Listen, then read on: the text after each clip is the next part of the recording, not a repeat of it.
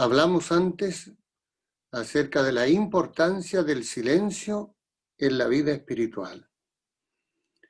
En esta oportunidad vamos a hablar sobre la importancia que tiene la palabra de Dios, puesto que hay certeza de que Dios ha hablado.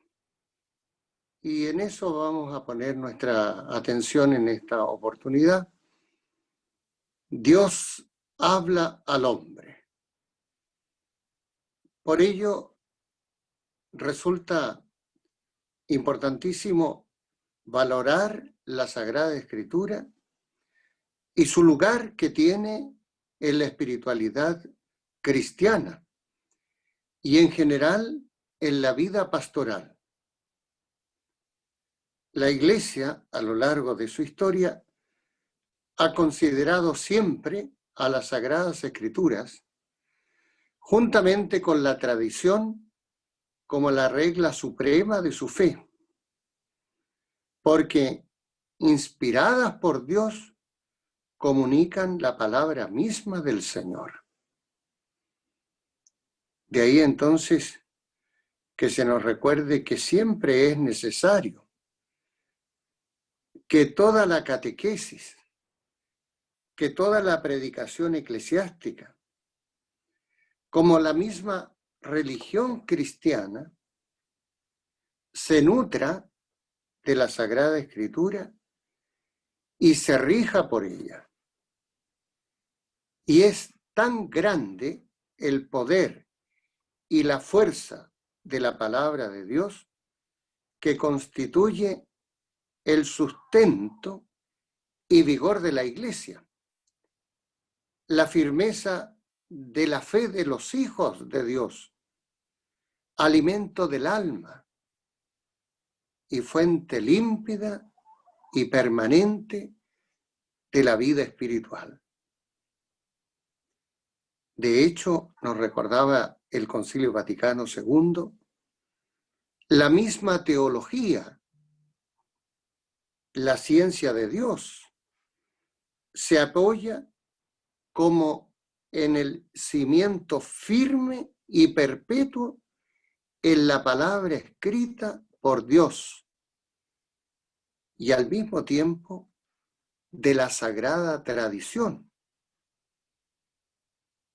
Y por lo tanto, ambas, la palabra escrita y la tradición viva, constituyen el alma de la Sagrada Teología. Y por supuesto, el ministerio de la palabra de Dios, el ministerio de la predicación pastoral, la catequesis y toda instrucción cristiana, y en un puesto privilegiado, por cierto, la homilía de la misa, recibe de la palabra de la Sagrada Escritura el alimento saludable, y ella es la que va a producir, la palabra de Dios, los frutos de santidad. También el concilio recordó que resulta del todo necesario, fíjense ustedes, a los clérigos y sobre todo a los sacerdotes de Jesucristo, que se entreguen a la lectura asidua y al estudio diligente de la Sagrada Escritura, con el objeto de que no resulten predicadores vacíos y superfluos de la palabra de Dios, que no la escuchan en su interior, como recordaba San Agustín, para que aprendan el sublime conocimiento de Jesucristo, con la lectura frecuente de las divinas escrituras. Esta enseñanza conciliar ha sido recogida en el Catecismo de la Iglesia Católica y, por supuesto, en otros documentos en que se habla acerca de la instrucción cristiana y particularmente del ministerio de la palabra de Dios. Por lo tanto, para responder a los interrogantes que surgen de las diversas situaciones humanas, la Iglesia y cada uno de sus ministerios se va a sentir especialmente comprometida a conocer particularmente la Sagrada Escritura por medio de la exégesis y sobre todo por una exégesis eclesial y particularmente que tenga en cuenta el testimonio normativo de los padres de la Iglesia, de reciente descubrimiento y vigor a partir de las enseñanzas del Concilio Vaticano II. En su formación permanente, los diversos ministros de la Iglesia, tanto consagrados como laicos, deberán tener muy presente la Sagrada Escritura con el objeto de abordar las diversas problemáticas que se presentan en todo tiempo y particularmente al mundo actual. Por ese motivo, entre las lecturas de predilección de un cristiano hoy día, el primer puesto debe ser ocupado por la Sagrada Escritura. Y a continuación, como antes decíamos, de los padres de la Iglesia. Así entonces, quienes son responsables en los diferentes niveles del ministerio de la palabra de Dios, no puede perder de vista, y particularmente el ministro ordenado, que ha sido ungido y enviado para anunciar a todos el evangelio del reino, llamando a cada hombre a la obediencia de la fe y conduciendo a los creyentes a un conocimiento y comunión cada vez más profundas del misterio de Dios revelado y comunicado a nosotros en Jesucristo. Por ese motivo, entonces, particularmente el ministro debe ser el primero en tener una gran familiaridad personal con la palabra de Dios y promoverla entre los fieles, puesto que no le basta conocer su aspecto solamente lingüístico o técnicamente exegético, que son necesarios ciertamente. Necesita acercarse a la palabra con un corazón dócil y orante, para que ella penetre a fondo en sus pensamientos, en sus afectos, en sus sentimientos y engendre dentro de sí una mentalidad nueva, es decir, la mente de Cristo, de modo que sus palabras, sus opciones y sus actitudes sean cada vez más una transparencia, un anuncio y un testimonio del Evangelio. Por ese motivo, solamente permaneciendo en la palabra de Dios, un ministro y un cristiano será perfecto discípulo del Señor. Conocerá la verdad y la verdad lo hará verdaderamente, reitero el término, libre, superando todo condicionamiento contrario o extraño al Evangelio. Así entonces, debemos ser los primeros creyentes de la palabra de Dios, quienes tenemos la responsabilidad de vivirla y de anunciarla, con la plena conciencia de que las palabras que anunciamos no son nuestras palabras, sino que son palabras de aquel que nos envió.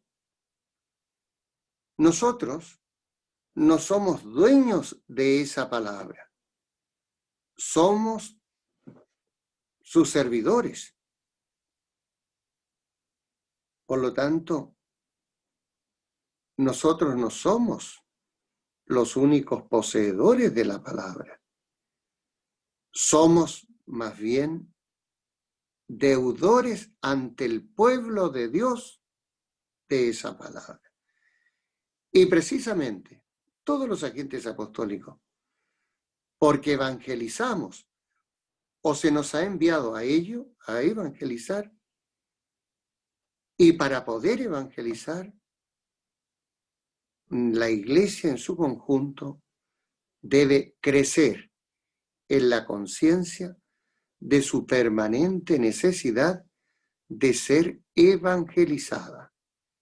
Es decir, anunciamos la palabra en nuestra cualidad, en conformidad al rol que Dios nos ha asignado al interior del pueblo de Dios, participando de su autoridad profética de nuestro Señor Jesucristo y de la Iglesia en su conjunto.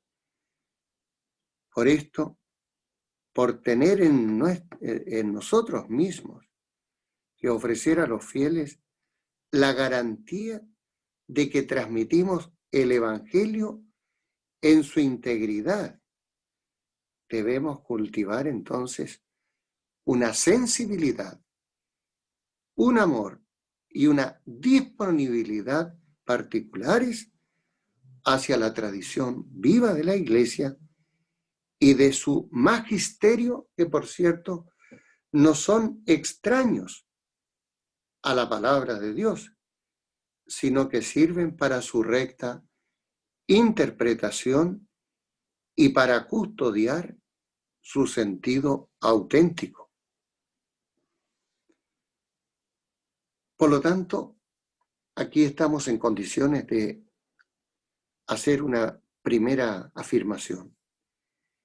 Si Dios ha hablado, la actitud fundamental del hombre ante Dios ha de ser escuchar. Por ese motivo, San Juan en su primera carta recordaba a los primeros cristianos palabras de enorme vitalidad para nosotros. La palabra de Dios, la escucha con devoción, es una tarea permanente de parte nuestra. Porque, decía San Juan, les anunciamos la vida eterna que estaba junto al Padre y que se nos manifestó. Lo que hemos visto y oído, os lo anunciamos para que también ustedes vivan en esta unión nuestra que nos une con el Padre y con su Hijo Jesucristo. Y así entonces el Concilio Vaticano II, siguiendo las huellas de los concilios precedentes, quiso proponer la doctrina auténtica sobre la revelación y su transmisión para que todo el mundo, con el anuncio de la salvación, oyendo crea, creyendo espere y esperando ame. Si la actitud fundamental, decíamos, del hombre ante Dios es escuchar, dado que Él ha hablado, resulta necesario detenernos un instante en el significado de escuchar. Y en ese sentido, la palabra de Dios nos educa en esta materia. Escuchar implica conocer y recordar los actos salvíficos de Dios. Esperar el cumplimiento de sus promesas y vivir en el amor de Dios cumpliendo sus mandamientos. Esta es una enseñanza muy consolidada en la tradición deuteronómica. Y al mismo tiempo tener presente de que Dios habla de muchas maneras, pero todo lo que Dios dijo en muy diversas situaciones históricas y culturales se cumplió en Jesucristo. Él es capaz entonces de iluminar y dar sentido a todas las culturas, a todas las situaciones históricas y sociales y personales. De hecho, el Antiguo Testamento sabe que la voz de Dios debe ser escuchada y debe ser cumplida hoy. Hoy, dirá, se cumple la alianza. Dios nos sigue eligiendo y nosotros nos comprometemos con Él. Así lo afirmaba el Deuteronomio. Hoy somos hechos pueblo suyo, continúa Deuteronomio. Hoy somos colocados frente a la vida y la felicidad, la muerte y la desgracia. Deuteronomio 11, 26 y lugares paralelos. Para nosotros se trata entonces de realizar la presencia de Cristo hoy. Y habíamos dicho que no solo Dios habla de muchas maneras y en diversas ocasiones, sino que lo hace, recordaba el Concilio Vaticano II en la Constitución Dei Verbum, mediante obras y palabras que están intrínsecamente unidas. Estas palabras dan sentido a los actos salvíficos de Dios. Y estas palabras son las palabras inspiradas de la Sagrada Escritura, lo cual nos invita a leer la historia de la salvación en el sentido que le dan los autores inspirados, no aplicando otras claves de interpretación. Las palabras de los apóstoles, el Antiguo Testamento se entiende a la luz del Nuevo Testamento, cuyos libros son canónicos precisamente porque son apostólicos. Y por supuesto, han de ser entendidas a la luz del magisterio vivo de la Iglesia. La espiritualidad bíblica, entonces, es necesariamente apostólica y eclesial.